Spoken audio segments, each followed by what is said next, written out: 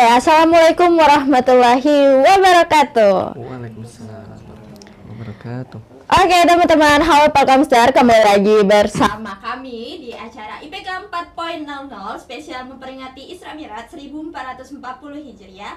Perkenalkan dulu ya sebelumnya, yaitu saya Triana Putri, dan kali ini saya tidak akan sendiri. Hari ini hostnya akan berdua sama, kenalin dulu Kak. Hai, aku Devi Handayani. Oke, nah kali ini kita akan ngebahas tentang cinta halal. Tapi kita nggak bakal ngebahasnya cuma berdua aja ya kan. Hari ini kita akan bercerita nih ya, ngobrol-ngobrol asik ala mahasiswa, tapi nggak mahasiswa lagi sebenarnya ya bintang tamu kita. Oke, ini ada Kak Dev dan Kak Iva. Halo. Halo, Kak Dev. Say hi dulu Kak sama kamera. Di sana kamera, di sana kamera.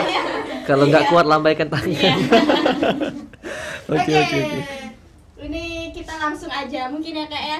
Dibanding kita lama-lama karena janjinya tadi jam 10, ini udah ngaret ya Bapak Operator.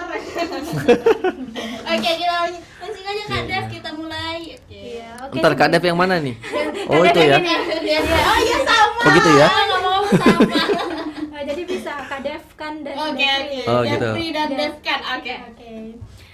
Sebelumnya Devi ucapin terima kasih nih untuk Kak Devkan sama Kak Iva yang udah jauh-jauh datang ke Palkomtek. Dan hari ini kita akan sharing session ya Kak. Oke, daripada basa-basi terlalu lama, gimana langsung kita masuk ke intinya. Karena tema hari ini itu adalah cinta halal, ya, yang halal. Halal. Kak. OTW. Oh, segera berarti Devri. Oke, dari tema cinta halal ini Devri mau tahu dulu dong, apa sih definisi dari cinta halal menurut Kak Devkan sama Kak Iva? Ini belum jabarin panjang nih ya. Yes.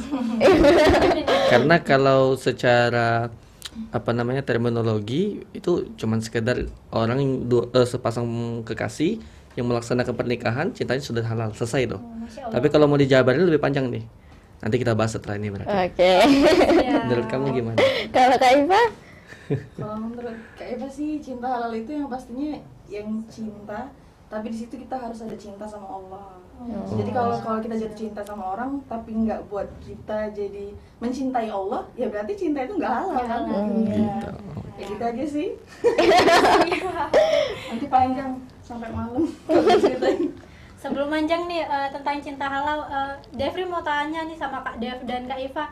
Sebelumnya Kak Dev sama Kak Iva ini ta'aruf atau pacaran dulu gitu atau gimana? Nah ini seru nih. Oke.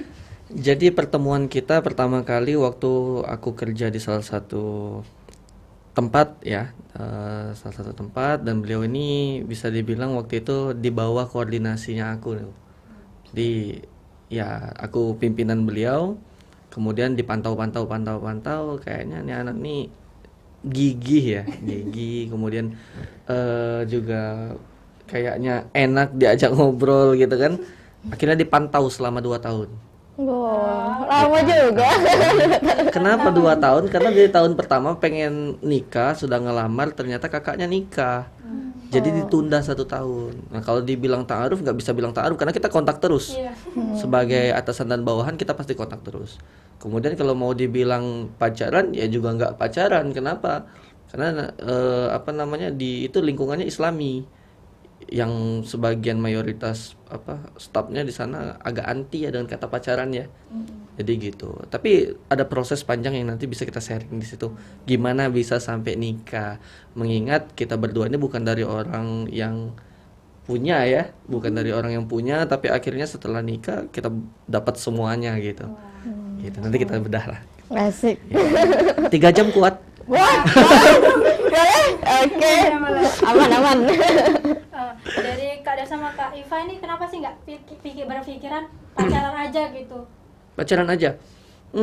Pengen pacaran ya. Cuman itu tadi karena kita ini latar belakang kita sebenarnya bukan saya ya, kalau saya pribadi bukan latar belakang yang Islami gitu. Maksudnya saya ini punya kolega yang non muslim juga. Saya punya teman-teman yang kurang paham dengan agama Islam, maka saya harus menyesuaikan itu. Sebenarnya kalaupun dia mau diajak pacaran kemarin saya mau gitu kan, tapi ya beliau ini kan karena memang lingkungannya Islami ya.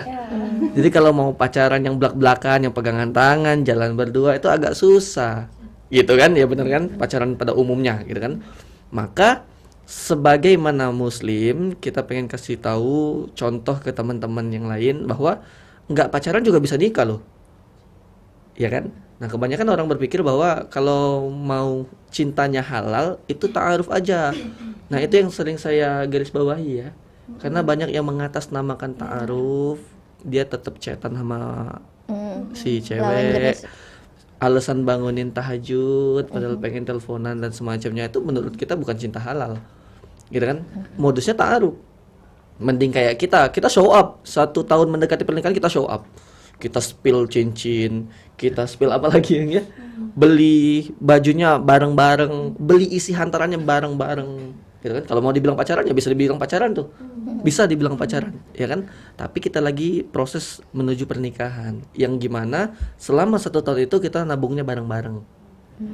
Nah jadi ada apa ya namanya, kalau dibilang pacaran ya masuk ke kategori pacaran, tapi nggak pacaran kayak anak-anak sekarang gitu, gitulah. Ya, pacaran itu kan haram ya Kak dalam Iya. Islam. Pacaran itu sebenarnya halal. Pacaran tuh halal kalau udah Kalau udah nikah. Pacaran Kalau udah nikah. Kalau menuju pernikahan juga boleh sih sebenarnya. Kenapa? Karena mau nggak mau kontak itu selalu ada. Kalau dalam Islam sendiri kan kita ada nazar ya, kalau yang pakai cadar, ya kan? Sebelum nikah kita nazar dulu, kita ngeliat itu kan. Kemudian kita mempertemukan dua keluarga, apalagi budaya kita budaya ketimuran ya sayangnya, yang nggak bisa bahasanya itu sendiri-sendiri kayak zaman dulu. Toh sekarang kalau misalnya pengen beli isi hantaran, dia pasti kontak, mau isi hantarannya ini, beli bareng karena mau nggak mau duitnya duit aku, yang punya selera dia, Iya benar.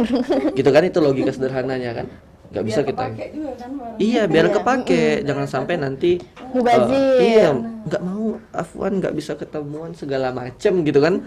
Ternyata malah banyak mubazirnya gitu. Mengingat juga kantong kita nggak setebal orang-orang gitu ya. Itu sih alasan utamanya sebenarnya. Kalau sekarang tuh lagi marak dengan kata pacaran syar'i Kak. Oh, nggak ada. Orang, iya, tapi ada orang bilang ya nggak apa-apa lo pacaran, toh kita nggak sentuh-sentuhan, Gini. toh kita juga LDR-an jauh, Oke, jadi nggak benar. apa-apa, jadi kita juga pacaran tapi pacarannya Islamik gitu. Oke, mau dijawab atau saya yang jawab? Kayaknya Saya yang jawab ya. Kebanyakan orang yang bilang ada pacaran syar'i, maaf sekarang malah bukan pacaran syar'i, ta'aruf mereka nyebutnya. Oh Gitu. iya. Tetap chattingan, tetap jalan berdua, tapi diam-diam ya nggak dipublis segala macam, itu bullshit. Kalau memang pengen menuju pernikahan, temuin dulu orang tuanya. Kalau orang tuanya oke, mau pacaran kah, mau nggak pacaran, mau sediam-diaman, itu terserah. Saya ada proses dulu, ini yang harus kita ceritain dulu nih. Kenapa kita belinya berdua, ngumpulin duitnya berdua, buka usaha berdua sebelum menikah. Kita berdua. Kenapa? Karena di awal saya temuin orang tuanya dulu nih. Pak, saya mau nikah tahun ini. Dibilangin gitu ya. Kata bapaknya, kakaknya nikah tapi tahun ini. Kalau di adat ini ya, di Jawa ya. Di Jawa tuh nggak boleh dua acara dalam 1 tahun. Dan itu kita harus hargai. Mau nggak mau itu orang tua. Ini kebanyakan yang pengen syar'i ngelawan perintah orang tua. Kalau orang tua nggak pengen kita duduknya pisah, tamu, cewek cowok, ya turutin ridho Allah, ridho walidain, ya kan? Rasulullah sutil walidain. Ridhonya Allah ada ridho orang tua gitu. Jadi kita minta sama orang tuanya tahun depan, nah kesempatan tuh. Kesempatan nabung. Benar. Memperbanyak. Iya kan? Saya ajak Modal. diskusi langsung berdua. Diskusi waktu itu ya. Saya bilang, karena memang panggilannya Bunda di tempat kerja dulu. Jadi saya manggilnya memang Bunda. Nah, ini yang banyak salah paham nih ini. Belum nikah udah panggil Bunda. Enggak, Pak Yusuf juga panggil dia Bunda. Gitu. Beneran. Jadi saya bilang, Bun, ini kita mau nikah nih tahun ini. Saya bilang, saya kan boros nih orangnya. Ya kan, saya boros. Nih, pegang gaji saya, tolong kelola. Buat isi hantaran, buat vendor pelaminan, buat vendor ini, vendor itu, dan semacamnya. Gitu. Nah, itu ada kerjasama. Kemudian kita diskusi lagi ya. kita buka usaha yuk, tambahan. Jadi kita kerja dari pagi, Sampai pagi jam berapa? 8:30 Iya. sampai 4:30 sore. 4:30 sore kita prepare, masak ya. habis maghrib kita langsung dagang sampai jam 11 malam berdua. Bener-bener berdua. Iya, mau orang bilang, wah itu pacaran. Iya, kita nggak ngapa-ngapain, kita jualan. Makanya waktu itu angkringannya OTW 100% halal ya. Oh. Angkringan. Jadi kita bikin Sekalian berdua. doa itu. Jadi gimana mau nggak mau ya kita harus akui, saya orang tua sudah nggak punya, gitu kan.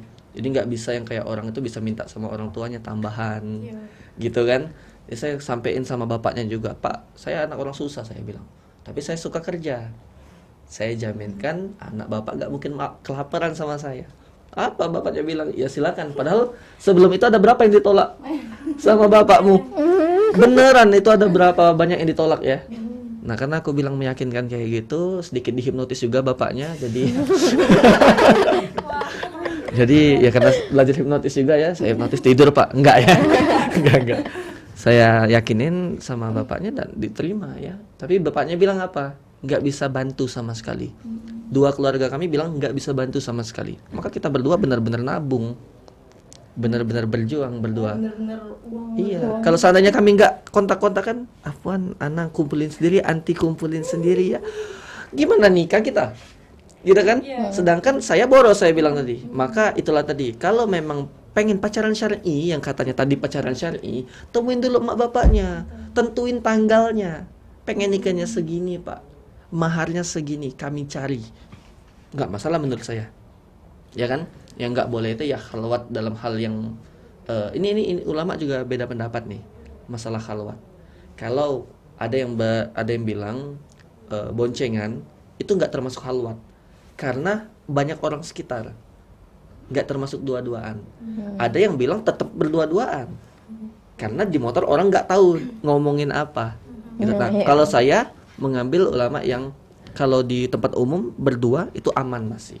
Toh kita nggak ngapa-ngapain. Waktu itu masih punya motor yang belum punya mobil ya. Nah itu salah satu hadiah ya ketika kita menghalalkan cinta tuh dapat banyak banget. Kita punya mobil, kita punya rumah sekarang ya. Sekarang ada baby A.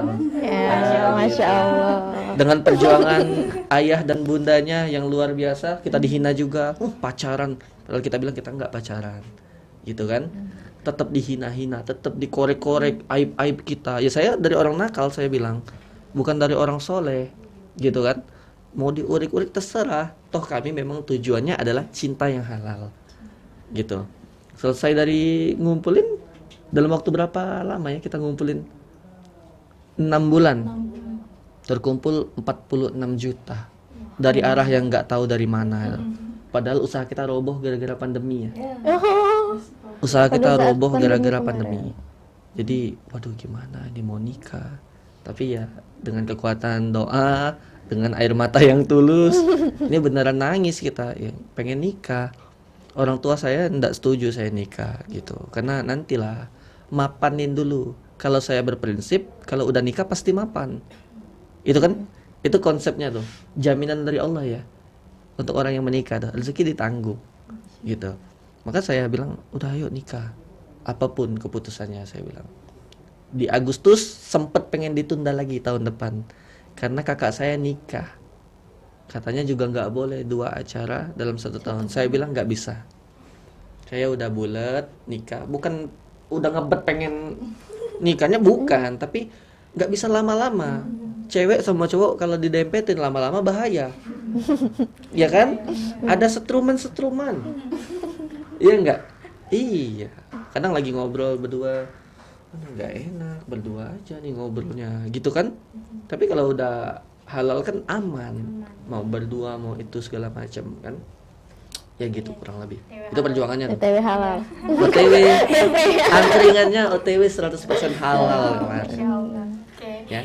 Keren sekali, Masya Allah, perjuangan Kak Devkan sama Kak Iva menuju cinta yang halal tadi ya Kak. Karena di sini Devri mendefinisikan bahwa tidak ada cinta yang sempurna. Ya.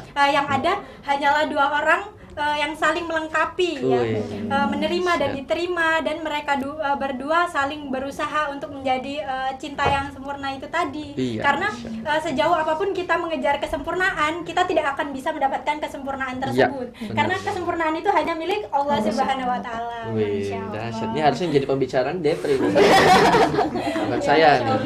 Kalian salah narasumber. Kebalik kan? Iya. Mungkin temanya juga bukan cinta halal, tapi menuju cinta yang halal. Karena kalau cinta halal ya nikah selesai halal itu. Nanti kita sharing lah dikit gimana tentang setelah nikah.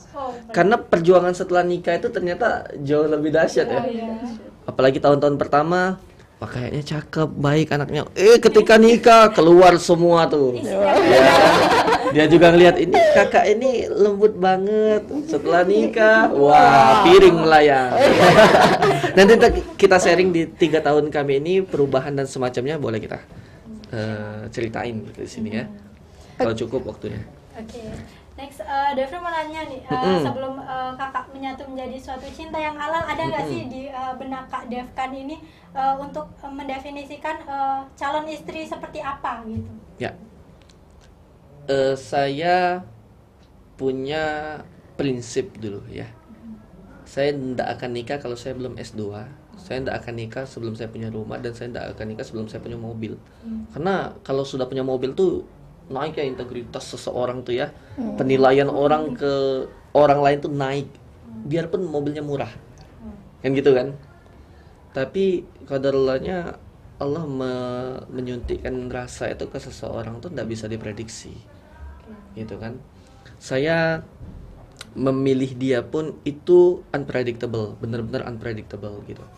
Jadi bahkan kamu di cabang yang lain ya, di cabang yang lain, datang ke sana ngobrol, kayaknya galau terus nih anak, ternyata baru putus cinta nih, ya kan? Baru putus cinta nih kayaknya nih, galau dia. Akhirnya ngobrol-ngobrol, ternyata enak diajak ngobrol, ya kan? Ternyata enak diajak ngobrol. 1 bulan, 2 bulan, ya diamatin ya. 3 bulan, 4 bulan, sampai setengah tahun. Saya bilang, mau nggak nikah sama saya? Dan itu benar-benar nggak ada kriteria. Kalau memang nikahnya untuk ibadah, nggak usah lihat fisik, nggak usah lihat kedudukan, nggak usah lihat keluarga. Kalau niatnya memang untuk ibadah. Kemarin teman saya baru nikah, konsultasi sama saya, dia bilang, aku mau nikah tapi aku nggak punya cinta sama calon istriku. Saya bilang nikah, setelah nikah tumbuh cintanya. Apa? Malam pertama, wah cintaku menggebu-gebu padanya. Bener saya bilang. Ngapain lihat fisik, ngapain lihat kedudukan gitu kan. Kan tujuannya cinta yang halal. Ketika sudah halal, wah itu manis semua dah. Manis semua jadi nggak ada kriteria, nggak tahu kalau dia. Iya, kalau Kak Eva gimana? Ataukah jangan-jangan Kak Biasa Devi kan tidak- cewek ada Iya. ada mau yang ini nih. Sepertinya saya bukan kriterianya, karena kita pernah ketemu juga dan dia benci sama saya sebelum sekantor. Jangan-jangan Iya nggak? bukan Iya nggak? Coba cerita dulu. Itu seru tuh. yang kaya. Ceritanya tuh kan ya emang sebelum itu emang udah beberapa ya ikhwan kan ya udah berapa kali sih proses ta'aruf memang. Beberapa cowok ya. Awas sampai ribut. Iya, bakal terbongkar. Ya, sebelum beliau itu banyak yang ngajak ta'aruf. Itu langsung melalui orang tua. Tapi ternyata orang tua banyak yang nggak setuju. Ternyata kayak gini, nggak semua orang tua itu, mungkin ada orang tua yang ngerti ya, paham untuk cara ta'aruf tuh ngerti, dan mereka mendukung ketika kita mau ayah misalnya aku mau ta'aruf kayak itu. Tapi nggak semua orang tua gitu, malah ada orang tua yang apa kayak itu kan, kita kan belum kenal kayak itu kan, kok mau langsung ngajak nikah kayak itu kan. Ada orang tua yang kayak gitu, makanya kita nggak bisa mau nyalahin itu, nggak bisa. Makanya kemarin sempet galau juga kan. Galaunya itu bukan karena itu, karena orang tua tadi belum paham. Orang tua kami kan termasuk awam, jadi belum paham bahwa yang bagus itu ta'aruf loh kayak itu, bukan pacaran kayak itu. Saya sendiri pun nggak mendukung berpacaran, nggak sama sekali. Cuman karena kondisinya kemarin udah ada yang ngajak ta'aruf, tapi ternyata orang tua nggak setuju karena alasannya pengen kenal dulu kayak itu, pengen kenal dulu sama anaknya. Ya mungkin yang namanya orang tua ya, apalagi ayah itu nggak tega kalau mau langsung lepas anaknya sama orang sembarangan Iya, ya. takut nggak tepat gitu. Benar. Jadi ya minta waktu kayak gitu kan. Mau minta kenalan dulu, nggak apa-apa, jalin aja dulu. Sedangkan kita yang nggak mau kan pacaran kan kayak itu. Jadi ternyata pas udah berapa bulan, sekitar 3 bulan udah kenal, nggak setuju orang tuanya kayak itu. Karena mungkin ngeliat karakter beliau ini kayaknya nggak sopan sama orang tua kayak itu, nggak sayang sama orang tua. Akhirnya dari situ ya batal kayak itu kan, sering kayak itu kan. Itu prosesnya tahu, cuman kenalan pakai data kayak itu kan. Iya. Tapi ternyata orang tua nggak puas kalau lihat cuma data aja kayak itu, mau lihat orangnya secara langsung datang kayak itu. Terus dari situ akhirnya masuklah tempat kerja yang ketemu sama beliau. Pas ketemu sama beliau ya nggak ada rasa apapun kayak itu, biasa aja kan, namanya atasan ya, kita sebagai bawahan. Jadi beliau sering komunikasi, kami mikirnya ya karena atasan kayak itu nyuruh. Padahal kayak dipantau ya. Nah nggak sadar kalau ternyata memang dipantau gitu. Terus ada cerita lucu, sebelum ketemu beliau di tempat kerja yang sama itu, ternyata kami itu dulu sama-sama volunteer. Relawan ya. Iya, relawan di suatu yayasan kan. Pernah ketemu sama beliau dalam mobil. Posisinya belum saling kenal, cuman beliau di sana, kami di sini duduk tuh. Beliau ini apa? Terlalu aktif ya sama Terlalu aktif cewek. ya sama Saya kan perempuan. orangnya suka bergaul. Cewek, cowok, orang tua, anak-anak ya. Pokoknya semuanya, binatang pun saya ajak ngomong. Serius. Jadi beliau lagi ngobrol itu asik sama perempuan, kami tuh lihat mukanya memang ini, emang nggak salah lihat kan, emang makanya pas kerja satu kantor pas lihat kayak kenal deh mukanya kayak itu, karena udah pernah ketemu pas jadi relawan kan, pas lihat ih, dalam hati itu juga Didengerin nih apa kata-katanya nih. Hati-hati ya cewek-cewek dan cowok-cowok yang suka ngomong ini. Dengerin nih kata-katanya nih. dalam hati tuh Bilang apa, Bun? cowok ini nyenyes banget sih sama perempuan. Nyenyes kayak itu gitu. ya apa ya? Apa sih? Terlalu over ya, Iya, sama ngomongnya perempuan terlalu tuh. over gitu ya. Terus dalam hati itu posisinya nggak diucapin, dalam hati jangan sampai aku punya suami yang kayak gitu kan. Hati-hati. Nggak taunya pas ketemu satu kerja itu tuh kantor itu, Ganteng ternyata. pas ketemu itu kayaknya kenal ini. Oh, yang volunteer kemarin kayak itu, inget sendiri kan. Cuman kayak masih biasa aja. Kan nggak tahu kalau beliau ternyata mantau kan. Abis dari situ ya ternyata sering komunikasi, sering nyuruh-nyuruh ini itu kan yang namanya di kantor. Akhirnya dari situ beliau pas duduk itu kami pikir kan mau laporan atau apa ya kayak itu namanya kerjaan. Beliau malah bahas Nikah. nikah. Jadi makanya pas di situ kaget kata kami kan. Pakai nantang lagi dia. Temuin aja bapakku di Iya. rumah. Gitu. Seorang dev kan Karena posisinya udah pasrah, ditantang. Karena udah pasrah, ya berkali-kali kan ada beberapa laki-laki yang datang tapi ditolak. Akhirnya kali ini udah serahin aja ke orang tua, udahlah kayak itu kayak mau diterima apa. Sekarang memang nggak mikir, waktu itu nggak mikir mau nikah, nggak mikir mau apa, kan udah capek berkali-kali. Udah capek ya karena batal terus kan, taruh ya udah. Akhirnya pas beliau itu kami coba aja, ya udah temuin aja orang tua kan, kebetulan agak deket pula jarak kantor ke rumah kan. Akhirnya ya udah katanya langsung nemuin orang tua. Ternyata pas ketemu orang tua itu pun kayak udah kayak gak mungkin diterima kayak itu, udah nyoba kayak Dan gitu. buat laki-laki belajarlah public speaking ya. Karena kami paham kan orang tua kami nggak mungkin diterima. Pas datang tiba-tiba pas beliau udah ngobrol, udah bincang-bincang, pas keluar mama itu bilang apa? Itu siapa orangnya ini nih, kayak lebih excited Ya. ya, lebih seneng gitu. Dalam hati kami, hah, lah tumben gitu kan, suka biasanya kalau ada laki-laki yang datang kan langsung nanti dulu kayak itu kan biasanya kan, kerja dulu. Nah kalau pas beliau datang itu kayaknya langsung lampu hijau. Ya kan lagi nih, kebanyakan orang yang melabeli diri mereka pengen ta'aruf. Mereka nggak, saya bilang ini agak kasar ya bahasanya, tapi nggak beradab sama orang tua. Kalau kita mau minta anaknya, kita harus miliki dulu orang tuanya gitu. Saya datang ke sana bukan mau ngelamar. Yang saya sampaikan pertama kali bukan mau ngelamar. Maaf Pak, saya mau ngelamar Bapak. Siapa? Anda itu baru datang, tiba-tiba mau ngelamar anak orang, nggak bisa. Kita ini adab ketimurannya tinggi di Indonesia. Maka saya datang ke sana kenalan. Assalamualaikum Pak, ya. Siapa ini? Ke teman kantornya Vipa saya bilang. Oh gitu. Ngobrol lah. Bapak kerja di mana? Di sini. Oh seru dong Pak kerjanya. Apain aja? segala macem. Ibunya juga keluar, siapin minum, ibunya keluar, Bu, saya cium tangannya. Ada yang nggak mau sentuhan sama ibunya, nggak bisa. Ini kita nih adab ketimuran tinggi. Adab itu lebih tinggi daripada ilmu. Kalau pengen anaknya, ya miliki dulu orang tuanya.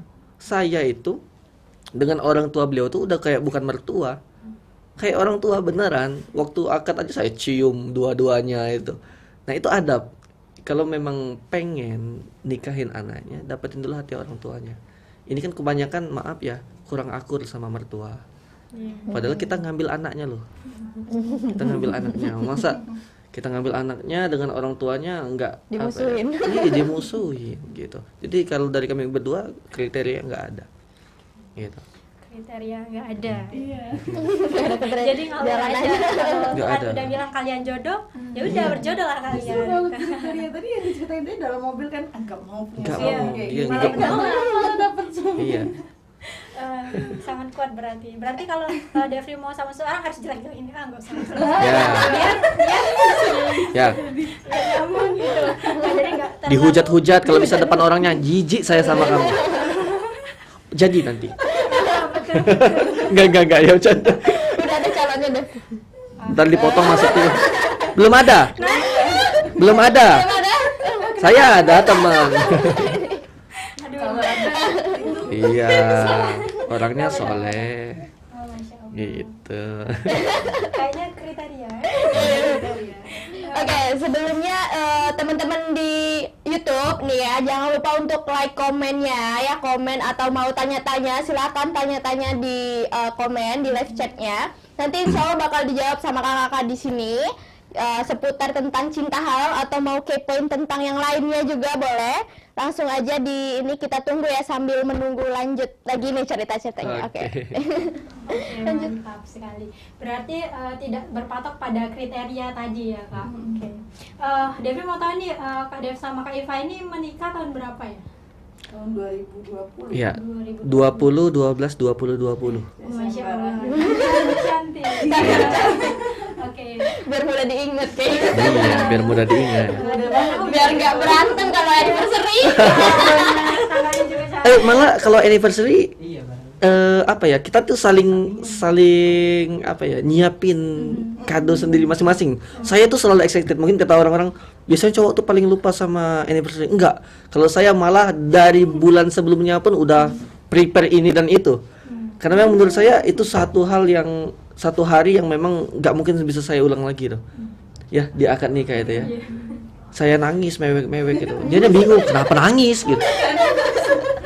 Saya nangis Tapi mewek. sempat gugup pas di Oh, kamar, gitu. pas baca ijab kabul tak salah nama kan. Oh iya, benar. Salah nama. Nama siapa? Nama Yusuf disebutin. Kan pas ijab kabul itu aja sih, pas prosesi kasih pengalaman ya biar nanti pas nikah tahu rasanya. Pas dalam kamar pas ijab kabul, nah ada di situ yang bagian perempuan yang mungkin deg-degan kan di situ sih pas di sesi. Waktu aku baca Quran nggak nangis kamu? Aku nangis loh. Pas beliau udah baca ijab kabul lancar, sah, itu langsung plong, kayak langsung wah selesai nih kayak gitu nah langsung. Mau dites sekarang pun masih ingat aku. Bahkan maharnya itu yang 3 macam itu pun aku bisa sebutin. 3 macam mahar aku sebutin. Yang pertama ya perhiasan ya, logam mulianya sama buku karya saya sendiri. Biasanya orang kan dengan mahar tersebut selesai. Saya enggak mau. Saya bilang saya punya buku karya nih. Ini buku yang saya buat memang untuk jadi mahar buat beliau. Makanya nggak saya jual. Tapi setelah beliau baca, beliau nangis, beliau bilang indah banget ceritanya. Sayang kalau nggak dipublis. Nanti boleh dihadiahin buat penonton ya. Ya, teman-teman di sini Yang mau yang mau ada yang mau bertanya atau apa ya? Makanya yang komen komen tanya-tanya ya. Biar 2 ya, dapat- 2 aja ya. Iya, dua orang ya. Karena bukunya eksklusif nggak kita cetak massal. iya sebelumnya nggak mau di Benar-benar ini nggak kan, mau. nggak mau dijual ataupun nggak mau dicetak banyak karena kan kami pikir mahar kan, tapi ternyata kan memang mahar itu hak perempuan juga sih mau diapain kan, karena akhirnya mikir nggak apa-apa sih kalau misalnya mau dipublis kayak itu mahar ini, karena emang kisahnya bener-bener kayak ada lucunya, ada sedihnya, terus di endingnya ada keselnya kayak gitu. Jadi emang kayak nagih greget. Terus ada beberapa teman juga yang pengen baca kan waktu itu, akhirnya kami tawarin, ketagihan, malah dia minta, yang keduanya mana nih kayak gitu. Mungkin kan juga edisi Kepercayaan kedua. kedua nih, tunggu. Udah. Makanya kami pikir kan, oh ternyata banyak yang antusias setelah baca ini kan. Akhirnya coba bilang ke suami, ya udah nggak apa-apa ya kayak Iya. gitu. Jadi cetaknya tetap eksklusif terbatas. Makanya kalau mau PO ya boleh, tapi nggak banyak. Kita buka 15 paling gitu. Dari 2020 berarti jalan 3 tahun, benar? Ya, Oke, 3 tahun. 3 tahun. Kalau Devri yang tahu, kakak ini lahiran tahun 99. Nah, Iya, benar. berarti waktu itu masih muda ya? Masih Umur muda. berapa nikah? 21. Oh, Dilewatin dulu 21 tahun baru nikah. Kalau enggak pakai N5. Nikahin anak di bawah umur saya. berarti Benar, masih muda. itu benar. Jadi Devri mau tanya nih sama Kak Iva, apa sih Kak motivasi nikah muda? Kan kakak umurnya muda, kenapa nggak yang mau ngapain dulu? Kan biasanya anak muda itu mungkin dia kejar prestasi atau mau kerja, jadi bisnis atau gimana. Tapi kakak malah milih untuk menikah gitu. Pertama kali sih gara-garanya termotivasi ya sama artis, apa sekarang jadi artis. Artis. Itu Wardah Maulina sama Sering Rata bilang, Reza, "Wah, ya. aku juga gak Oh, gitu. Dulu waktu pas kuliah di salah satu universitas itu kan beliau pernah datang di universitas itu, makanya dari situ kayak wah, karena si yang perempuannya ini punya cita-cita untuk menikah muda, makanya dari situ wah ini agak beda nih cita-citanya. Cita-citanya nikah muda di umur 21 beliau bilang kan. Akhirnya kami mikir kayaknya memang ya apa namanya, pengen juga nih kayak Kak Wardah kayak itu kan, nikah di umur 21. Sebenarnya bukan kayak cuman ucapan aja sih kayak pengen nih nikah di umur 21. Cuman selebihnya kami serahin ya tadi kan, kita nggak tahu yang namanya jodoh tadi. Akhirnya dari situ karena termotivasi tadi sama Kak Nata Reza sama Kak Wardah, ya nggak tahu ternyata emang pas datengnya beliau di saya di umur 21 ya kebetulan pas akhirnya saya nikah. Terus kalau untuk kepikiran kenapa milih nikah muda, ya karena saya termasuk orang yang bucin. Ah, masa bucin? Saya termasuk orang yang bucin. Jadi kayak Masa? lebih menjaga ya kayak itu ya, karena godaannya itu lebih banyak. Untuk karakter perempuan yang memang nggak seluruh perempuan kan kayak itu bucin. Tapi saya mengakui diri saya sendiri bahwa saya itu perempuan yang bucin. Maka banyak godaannya di situ. Godaan mau pacaran, apalagi zaman kuliah waktu itu emang lagi kayak ya pacaran syari itu emang banyak zaman kuliah waktu itu kan. Katanya pacaran syari. Katanya. Akhirnya banyak undangan-undangan kayak yang menggoda kita biar terjerumus ke situ kan. Ya kayak berpikiran aja jangan sampai kita ikut ke situ kan. Jadi selama kuliah kemarin kalau ada yang mau ini nikah, makanya pas kuliah kemarin ada yang mau ngedeketin kami bilang nikah langsung, kami bilang nikah aja, kami nggak mau pacaran. Akhirnya nemuin orang tua ditolak. Terus ada lagi nanti ada yang lagi ngedeketin ya, pokoknya ya apalagi menurut kami ya perempuan bercadar itu lebih banyak yang ngajakin dia nggak. Iya. Apa cuman kami sendiri. Nah, ini kurang ajarnya laki-laki sih sebenarnya. Benar. Mereka penasaran. Nah, Itu yang apa ya? Saya kadang kesel juga ya sama laki-laki yang suka memanfaatkan cadar. Istri nyari yang bercadar, sudah maaf nazar, sudah buka, nggak cocok sama dia, ditinggal. ya benar ada. Itu kurang ajar menurut saya gitu. Kalau memang mau ngelihat yang cantik, ya jangan yang pakai cadar. Kan banyak wanita cantik di luar. Kenapa pakai cadar? Tapi kan Gitu. mereka lebih penasaran. Karena penasaran ya. Iya, makanya saya bilang, ini kurang ajar. Ngelihat anak orang, ini nih kita ke mall nih, baju diplastikin, dipegang, dicobain, ditaruh lagi. Ya kita yang jualan kan kesel, gitu kan? Sama kayak istri saya juga kemarin MC ya, ada tim yang pegang apa ya, hadro gitu ya, ngeliatin cewek bercadar, kepalanya muter gitu. Saya dampingin, saya gandeng. Makanya kemana-mana saya gandeng dia. Biarpun dia kadang malu, ya malu dia, nggak apa-apa saya bilang. Saya gandeng, ya gitu. Ya, karena risih kan pasti, apalagi kita udah ketutup kan. Yang kebuka aja risih kan kalau diliatin, apalagi ketutup masih juga diliatin ya tambah risih. Makan bakso aja dipikir orang pacaran kita. Ya akhir dari situ kan, daripada intinya pikiran buat nikah tadi ya karena takut terjerumus tadi, yang namanya pacaran tadi takut terjerumus ke situ. Akhirnya ketika ada yang ngedeketin, kami langsung suruh nih ketemu orang tua, ajak coba tanya, bilang bisa nggak nikahin saya, itu boleh nggak? Padahal saya tahu pasti belum boleh sama orang tua, cuman kan lebih ya daripada saya mutusin sendiri, akhirnya malah saya jadi pacaran kan, mendingan saya suruh coba temuin orang tua bisa nggak nikah. Ternyata ya nggak bisa, ya udah silakan kayak itu, berarti nggak bisa. Kalau belum bisa ya berarti nggak usah pacaran kayak gitu. Lebih ke itu sih cara kenapa milih buat nikah muda, karena saya termasuk orang yang bucin, jadi saya takut untuk terjerumus ke yang namanya pacaran gitu. Oke, Masya Allah. Berarti rata-rata laki-laki itu datang hanya sekedar penasaran, bukan untuk menetap. Iya. Benar sekali. Oke, Penasaran Kecuali aja. saya. Oh, kecuali ternyata ada satu. Oke, Masya Allah. Dan Kak Iva juga termotivasi sama Kak Wardah. Saking excitednya gitu. Salah. Iya. Pulang ini aku mau nikah katanya. Siapa adalah doa Kak? Oh ya, amin. Nggak usah pusing-pusing, saya cariin jodohnya. Bagus insya Allah. Amin. Aduh, Masya Kayaknya Allah. ada. Sebenarnya ada tips loh untuk milih pasangan. Gitu. Ini podcast ya. Iya, nggak apa-apa. Saya tuh sukanya podcast itu kalau banyak pertanyaan yang tertulis tuh agak kaku saya. Jadi harus ngobrol saya kalau ngisi podcast ya. Ada tips untuk cewek dan cowok kalau pengen cari pasangan. Operator semangat banget. Karena operatornya lagi jomblo. Oh gitu ya. Gagal terus. Oh gitu. Enggak apa-apa, saya juga pernah gagal. Dia juga pernah gagal. Yang di ujung juga pernah gagal. Ada tips untuk memilih seorang wanita. Ada tips untuk memilih seorang pria. Karena saya juga belajar psikologi, saya juga belajar public speaking, saya belajar hipnoterapi dan semacamnya. Saya mempelajari kondisi kejiwaan seseorang. Makanya istri saya begini pun saya masih sanggup ngadepin ini. Untuk perempuan, kalau pengen cari perempuan yang baik, lihat hubungannya sama bapak. Kalau dengan bapaknya dia memuliakan, kalau dengan bapaknya dia santun, pasti dia akan memuliakan suaminya. Percaya.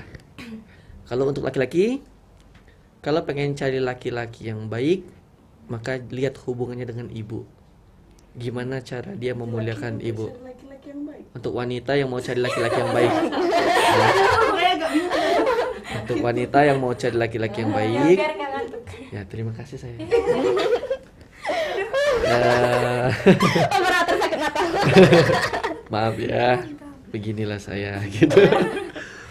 Pengen cari laki-laki yang baik, itu lihat hubungannya sama ibu. Kalau dia memuliakan ibunya, kalau dia menghargai ibunya, tidak pernah berkata kasar pada ibunya, maka dia pasti laki-laki yang baik. Saya itu kalau sama ibu itu paling manja, gitu. Paling apa ya namanya, paling dekat sama ibu. Makanya jangan heran ketika memang di rumah saya muliakan dia. Bahkan di usia kehamilan itu saya tidak kasih dia kesempatan cuci sama sekali. Bahkan sebelum-sebelumnya juga ya, nggak saya kasih nyuci, nggak saya kasih beres-beres rumah. Semuanya saya yang urus. Kenapa? Karena memang kita sudah terbiasa memuliakan ibu. Nah, kalau istri sudah biasa memuliakan bapak, biasanya dia akan melayani tanpa diminta oleh suami pun dia melayani suaminya. Tapi sebagai suami yang baik, di kitab fikihnya karya Imam Syafi'i dalam kitab Al-Um dikatakan bahwa kita tuh memiliki, laki-laki itu memiliki kewajiban 3 pada wanita. Yang pertama itu pangan, sandang dan papan. Boleh dijelasin? Agak panjang ini. Lanjutin aja. Mana tahu kan gini yang jomblo. Ada yang pertama pangan. Pangan ini adalah memberikan makan ya. Memberikan makan. Memberikan makan itu bukan ngasih duit selesai. Memberikan makan itu kita yang belanja, kita yang masak, kita yang suapin ke mulut istri. Itu pangan. Baru selesai nafkahnya. Itu baru nafkah satu tuh. Pangan. Yang kedua ada sandang. Kita yang beliin baju, bukan kasih duit suruh dia beli sendiri, kecuali kalau dia yang pengen. Nah itu ya, kecuali kalau dia yang pengen. Kita yang beliin baju, kita yang sesuaikan selera dia. Kalau sudah dia pakai, kita yang cuci, kita yang jemur, kita suruh dia pakai lagi. Makanya saya nyuci baju, saya yang jemur, itu karena kewajiban saya sebagai suami. Itu untuk sandang. Nah, jadi laki-laki gitu ya, nyuci, masak, tugas suami itu ya. Catat. Yang ketiga ada papan. Kita seminimal-minimalnya ketika kita sudah menikah, usahakan keluar dari keluarga. Kenapa? Dalam rumah tangga tuh nggak rukun-rukun aja, nggak romantis-romantisan aja. Dua kepala yang disatukan biasanya akan ada gesekan-gesekan ya. Nggak mungkin akur. Piringnya ganti tolong yang plastik. Nah itu rumah kita tuh yang pasti. Piring plastik semua di rumah kita ya. Nggak apa-apa lempar piring daripada lempar anak orang. Nanti kena kasus kayak yang sana, biliar ya, Rizky biliar ya. Nah itu, jadi 3 hal ini, papan kita harus sediakan tempat tinggal yang nyaman. Makanya ketika pulang dari kerja kayak ini kan dia kerja juga nih masalahnya. Saya kerja, saya ndak izinkan dia masuk kamar sebelum saya beresin dulu baru dia tidur. 3 laki-laki itu, tapi laki-laki punya senjata. Apa tuh? Perintah. Kalau seandainya laki-laki memerintahkan kita untuk masak, maka istri berkewajiban masak. Kalau suami memerintahkan kita untuk cuci baju, maka istri wajib cuci baju.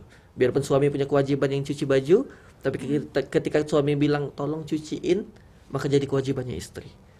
Nah, sekarang pertanyaannya adalah kita mau rebutan nggak pahalanya? Kalau saya mau rebutan sama dia, makanya saya kerjain semuanya di rumah. Saya pengen dapat pahala. Kenapa? Kalau saya mati, saya pengen dia bersaksi bahwa saya punya suami yang luar biasa dan saya nggak akan ganti sama yang lain. Gitu. Boleh tepuk tangan. Oke, keren banget. Berarti value-nya seorang lelaki itu bukan dilihat dari good looking-nya dia, bukan dilihat dari uangnya dia, gitu loh ya Kak. Berarti dari perjuangan Kakak dan Kak Iva juga sama-sama menyatu Iya. gitu loh, nggak ada yang sendiri-sendiri gitu, jadi Iya. semuanya itu bersama-sama. Iya. Dan di sini juga Devri menangkap bahwa yang paling penting juga itu adalah sifatnya, tanggung jawabnya, akhlaknya dan imannya tentunya. Iya, Karena luar biasa. yang akan menemani kita di perjalanan itu adalah si akhlaknya tadi, dan yang akan memuliakan kita itu juga tadi akhlaknya tadi, dan yang akan membawa kita ke surga nanti itu adalah si imannya tadi. Iya. Gitu. Wah, Masya luar Allah biasa. banget. Pembicaranya Devri. Kita host. Kita host nih. Gantian ya. Iya, Ganti iya. posisi. Jadi gimana Devri, sudah siap nikah? Balik ke Devri ya. Iya. Aduh, Masya Allah banget. Yang selanjutnya Devri mau tanya nih, kan ada tuh kata-kata jodoh itu adalah cerminan diri, bener nggak tuh? Bisa dikatakan iya. Kalau kamu ngerasa iya enggak? Iya. Jangan-jangan beda nih. Merasa ya cerminan diri itu malah berbalik. Bener sih, cerminan diri kebalik ya. Kebalik dia jadi. Oh iya. Kalau menurut saya, jadi ya yang dimaksud cerminan diri itu berbalik. Misalnya ada yang kurang di dia, ada di kita. Terus ada yang kurangnya di kita, ternyata ada di dia yang kekurangan kita tadi, kayak gitu sih kalau. Oh gitu ya. Jadi saling melengkapi. Kalau aku gitu. ngerasanya kita sama loh sayang. Sama ya. Kamu ngerasa kita berbeda. Oh, gitu. Aku ngerasa masalahnya aku ini orangnya keras, punya pendirian yang kalau dia juga sama. Makanya kalau dekorasi rumah kita pasti ribut dulu.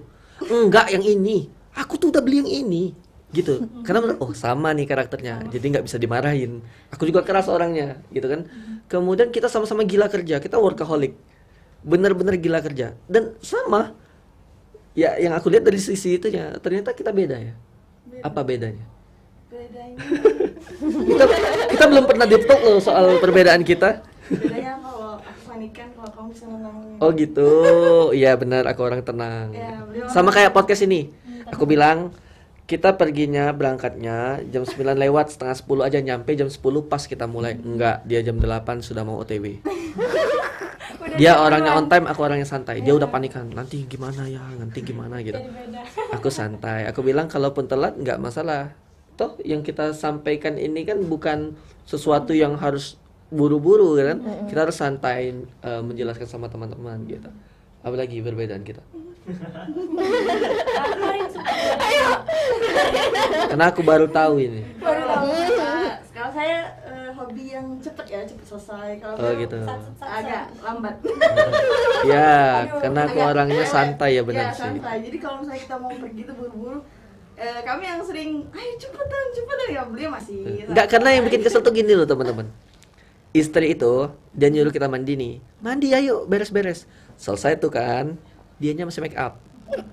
Gitu kan, siap-siapin barang. Sudah bun? Belum. Oke, kita duduk lama nunggu. Sudah bun? Belum. 3 kali dia bilang belum. Ya kita pikirannya apa? Santai kan berarti kan? Ya kita santai. Kita santai, dia udah cepet. Tuh kan lelet banget. Padahal dia yang tadi belum. Gitu kan? Paham ya maksudnya ya? Kesalahannya tuh sebenarnya pernikahan itu banyak keributan tuh karena ya kurang komunikasi. Nikah itu banyak keributan karena kurang komunikasi. Karena percaya nggak, pernikahan itu 1%-nya, sorry ya, berbicara about sex 1%. 99%-nya apa kira-kira? 99% dari pernikahan, tebak-tebak aja asal. Masalah rumah tangga. Makanya di dalam Dia ada di dalamnya. Apa kira-kira? 99% nih mempengaruhi rumah tangga benar-benar. Kepercayaan. Itu masuk di Komunikasi. dalamnya. Yes, communication. Jadi kalau sudah bicara komunikasi, masalah rumah tangga selesai. Kalau komunikasinya udah bagus, masalah rumah tangga selesai. Kalau komunikasinya udah bagus, ekonomi selesai. Kan banyak bilang, ekonomi masalah rumah tangga. Enggak, komunikasi. Saya sebagai suami 100% saya kasih lihat uang saya ke dia. Saya nggak pegang uang sama sekali. Nih lihat, kalau dia kasih, nah ini pegangan dia. Untuk bensin, untuk jajan. Karena dia bilang untuk bensin dan untuk jajan, kalau bensin saya masih utuh dan saya nggak mau jajan, berarti nggak saya jajanin dong. Saya balikin lagi duitnya. Komunikasi, transparansi itu. Kalau dia pengen sesuatu ngomong, ini enggak. Cewek ini kan sering pengen sesuatu diem. Kita ini bukan cenayang. Cowok itu kan bukan cenayang. Saya pengen makan apa? Terserah. Mie ayam, bakso, ramen, ceplak, apa? Terserah. Kesel kan? Kesel. Seandainya komunikasi nggak ribut itu. Pengen makan apa sayang? Bakso. Ayo, pengen bakso. Karena cowok pasti ngikut, bener nggak? Cowok tuh nggak ribet, serius. Makan apapun terserah. Bahkan cowok lebih milih makan mie instan setiap hari. Ya kan? Biar nggak ribetan ya. Iya, karena cowok tuh memang kayak gitu. Nah, tapi kalau komunikasi udah rapi, udah aman itu. Masalah rumah tangga udah. Kita lewatin 1 tahun pernikahan dengan keributan. Karena kurangnya komunikasi. Nah, jadi jangan dipikir habis nikah halal, aman, bahagia. Anda belum merasakan. Tapi kita udah tahu hal Jadi gimana kita? Oh gitu ya. Nah, jadi gitu. Pernikahan itu akan aman dan tentram dengan komunikasi yang baik. Kita resign dari pekerjaan lama karena komunikasi yang kurang. Harusnya kita berkomunikasi yang baik ya. Tapi alhamdulillahnya Allah kasih sesuatu yang berkali-kali lipat setelah kita nikah ya. Dari tempat pekerjaan yang lama digantikan dengan tempat pekerjaan baru, dan bahkan kita yang bikin tempat kerjaan sendiri ya. Kita ketemu sama keluarga baru ya. Salah satunya tuh yang di ujung tuh. Kita punya keluarga. Jadi kerja sama kita nggak usah ngantor. Kalau kemarin ngantor terus ya, nggak komunikasi kita ya. Sekarang 24 jam saya bisa sama dia. Bahagia nggak tuh kerja berdua gitu. Asik banget ya. Asik ya. Makanya berhenti dari tempat kerja. Enggak ya, kayak gitu ya. Enggak ya. Iya. Berarti kegagalan dalam berumah tangga juga itu ada, dan itu kuncinya itu tentang kita gimana untuk berkomunikasi dengan Ya, pasangan kita. komunikasi gitu. harus baik. Benar. Jangan sampai kita lost kontak, karena sedikit pun kita lost kontak hancur semuanya. Hancur. Aku tuh mikirnya gini loh. Aku setiap hari sama dia itu deep talk. Jadi sebelum tidur tuh aku harus ngobrol sama dia. Salah satu kebiasaan aku saat malam hari adalah minta ridho sama dia. Bun, aku minta ridho ya kalau ada salah. Biarpun dia bosan jawabnya. Iya ya, sudah dimaafin. Tapi aku setiap malam pasti ngomong itu. Kenapa? Karena aku takut ada sesuatu yang mungkin menyakiti hatinya dan besok aku mati tercatat sebagai yang lain gitu kan. Sesuatu yang mengganjal gitu kan. Maka teman-teman, kalau pengen menikahnya aman-aman aja, saya punya solusi. Jangan menikah. Jangan Tapi kalau pengen survive bareng-bareng, melewati semua tantangan dengan keseruan, menikahlah. Iya. Karena menikah itu juga butuh pondasi. Iya. Jangan pernah menikah karena mau ataupun karena ingin, tapi menikahlah karena kita sudah siap lahir dan batin. Seperti itu. Wah, udah siap nih. Sudah siap lahir dan batin ya. Tinggal cari calon ya. Ada, nggak usah dicari. Kita banyak stok. Kita cariin yang baik-baik. Yang sering kita jual di ini TikTok Shop ya.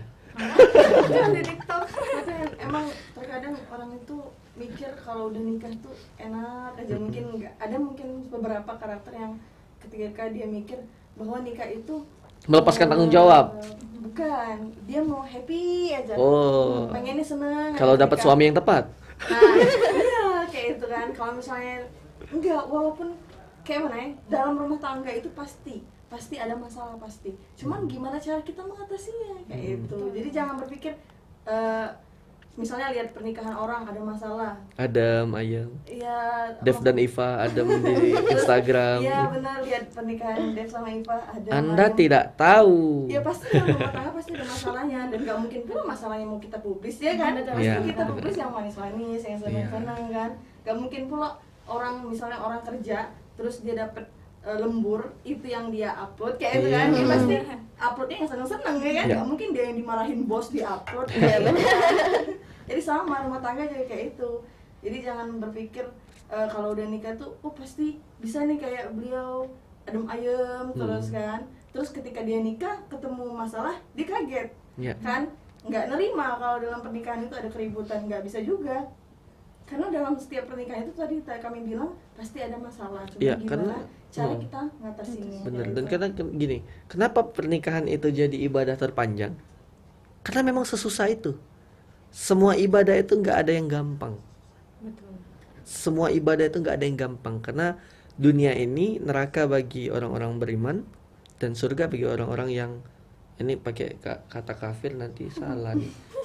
Yang kurang beriman, yang tidak beriman. Ah gitu ya. Susah ya sekarang ya pers. Ya.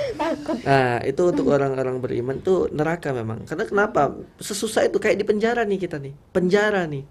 Ini nggak boleh, itu nggak boleh. Nah pernikahan ini ibadah terpanjang karena bukan berarti menyentuh dapat pahala, ngobrol dapat pahala, bertatapan dapat pahala, bukan. Ternyata ilmu saling memahami itu yang berat. Saya harus memahami karakter dia yang dengan latar belakang keluarga yang seperti apa sebelumnya, ya kan? Kita nggak tahu latar belakang keluarga dia gimana. Dia harus menghadapi saya dengan latar belakang keluarga saya yang seperti apa. Maka ibadah terpanjang ini adalah saling mempelajari dan saling mengerti. 1 tahun ribut terus, 2 tahun udah mulai mereda, 3 tahun, hampir nggak ada apa ya namanya cekcok yang keras ya. Apalagi kita sudah diberi nikmat selama 3 tahun ini luar biasa banget. Masya Allah. Gitu. Oke, keren sekali. Next, Devri mau tanya nih, kali aja nanti kita yang jomblo-jomblo ini mau cari pasangan nih. Devri mau nanya nih Kak, sosok pasangan seperti apa yang harus kita hindari? Entah itu laki-laki atau perempuan, yang seperti apa yang harus kita hindari? Ya. Mau jawab? Saya dari sisi ini dulu ya berarti. Bahasanya jangan jangan pakai dalil tapi ya, pakai bahasa santai ya.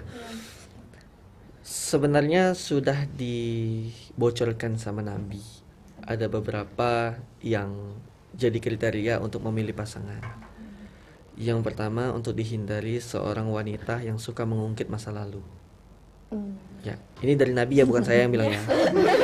Mau saya bacain dalilnya? Enggak usah ya, simpel aja ya, sederhana aja ya. Pertama, suka ngungkit masa lalu. Karena sesuatu yang diungkit itu akan membuat dia larut dalam masa lalu yang buruk. Yang kedua, wanita yang tidak pernah bersyukur. Jadi kalau saya sering sampaikan sama teman-teman, kalau untuk wanita belum bisa bersyukur jangan nikah, kalau untuk laki-laki belum bisa sabar jangan nikah. Itu quotes-nya. Boleh nanti dipetik, dikasih itu boleh. Kalau untuk laki-laki kalau belum bisa sabar jangan nikah. Kalau untuk wanita belum bisa bersyukur jangan nikah. Ya. Karena kenapa? Semua permasalahan biasanya dimulai dari kurang bersyukurnya wanita. Gitu. Kemudian yang ketiga, yang tidak menghormati suami. Padahal tadi ya cara melihatnya dia menghormati suami atau tidak itu dengan hubungan dia dengan ayah, ya, hubungan dia dengan ayah. Padahal Nabi sudah menyatakan, Nabi Muhammad SAW bersabda, seandainya diperbolehkan seorang manusia bersujud pada manusia, akan ku perintahkan wanita bersujud pada suaminya. Saking sakralnya suami, keramatnya suami, gitu. Nah, kemudian jangan nikahi juga wanita yang bisa dibilang tidak bisa menjaga izahnya. Izah itu harga diri. Kemudian yang tidak, harga diri itu sederhana loh. Aurat itu harga diri. Jadi kalau ada wanita yang nggak bisa menjaga auratnya, itu jangan kalau bisa. Ya, maaf, harga dirinya saja tidak bisa dijaga, apalagi harga diri suami. Betul. Paham ya? Bersyukur nih kita semua ini cewek-ceweknya berjilbab semua. Saya tuh masuk sini, wah alhamdulillah pakai jilbab semua gitu. Padahal kampusnya umum, nggak Islami gitu kan. Tapi itu luar biasa. Nah, mungkin itu tips untuk memilih menghindari pasangan-pasangan yang mungkin akan ditemui untuk laki-laki ya. Kalau untuk perempuan mungkin ada, Bu. Suami seperti apa yang harus dihindari, Bu? Saya ada sebenarnya. Tapi nanti dibilang saya membela diri. Mending cewek nih yang ngomong. Oh gitu ya. Laki-laki yang harus dihindari yang pertama, laki-laki yang akhlaknya, agamanya, kemudian pemahamannya terhadap agama itu kurang. Silakan dihindari. Kalau wanitanya kurang dari sisi agama, kalau suaminya soleh, aman. Ya. Sekarang kita malah jadi ketagihan ya. Kita jam bangun pukul 4 itu udah kesiangan bagi kita. Kita jadi menikmati sholat malam. Ya, jadi kecanduan. Karena awalnya saya tuh bangun sampai saya bikin grup, ngajak teman-teman, semua follower saya minta untuk bangun tahajud bareng-bareng. Akhirnya apa? Ngelihat saya bangun terus ikut. Kecanduan dia, malah sekarang dia yang bangunin saya. Wow. Nah, itu pentingnya sosok laki-laki yang ngerti agamanya. Kalau laki-laki nggak ngerti agama, saran dihindari dulu. Kecuali laki-laki yang nggak ngerti agama dan mau belajar agama. Beda ya, yang nggak ngerti agama tapi dia mau belajar agama, terima. Jarang orang-orang mau belajar. Kesempatan. Itu yang pertama. Yang kedua, laki-laki yang memiliki latar belakang buruk terhadap wanita. Kecuali dia sudah bertobat. Kalau udah bertobat, ada kesempatan beliau untuk menjadi lebih baik. Contoh, maaf, dia suka bergonta-ganti pasangan. Saya termasuk yang punya banyak pacar ya. Karena memang alhamdulillah bisa saya ubah kan. Iya, dan alhamdulillah Mau nikah sama saya, tinggalin semua. ya 24 jam handphone dicekin gitu ya. Kalau misalnya laki-laki yang punya latar belakang bergonta-ganti pasangan, katakan sama dia, kira-kira mau selesai nggak, pengen berubah nggak sama aku. Kalau masih pengen, cari dulu, silakan, jangan nikah dulu. Maka ketika seorang laki-laki sudah mantap dengan satu wanita, mau handphonenya dicek, mau diapain, aman, ya, silakan diterima. Ya, bersyukur kalau laki-laki itu punya hobi. Nah, ini psikologinya. Cewek, kalau cowok suka main games nggak nih? Cowok-cowok? Suka semua. Enggak, ya. Suka nongkrong, suka main futsal? Suka main cewek? Enggak. Suka main cewek kayaknya. Hobinya apa? Godain cewek. Apa? Browsing. Browsing apa? Cewek. Itu hindari dulu berarti ya. Kalau cowok sudah punya hobi, mau dia hobinya ngopi, itu silakan diterima dan didukung, teman-teman. Makanya dia sekarang ketika saya sudah nikah, dia aman dong. Karena saya punya banyak hobi. Saya hobi baca buku. Saya hobi main PS. Makanya saya beli PS di rumah. Iya beneran. Saya hobi nulis. Maka laki-laki yang punya hobi aman. Dia nggak punya hobi yang lain di luar. Jadi jangan dimarahin. Ini saya tuh heran kadang cewek-cewek tuh marah kalau cowok main games. Bener. Main game mulu, aku nggak pernah diperhatiin. Salah. Justru harus bahagia. Kalau dia perhatian sama kamu, curiga sedikit dong. Kenapa nih ada yang ditutup-tutup ini, ya kan? Ya itu.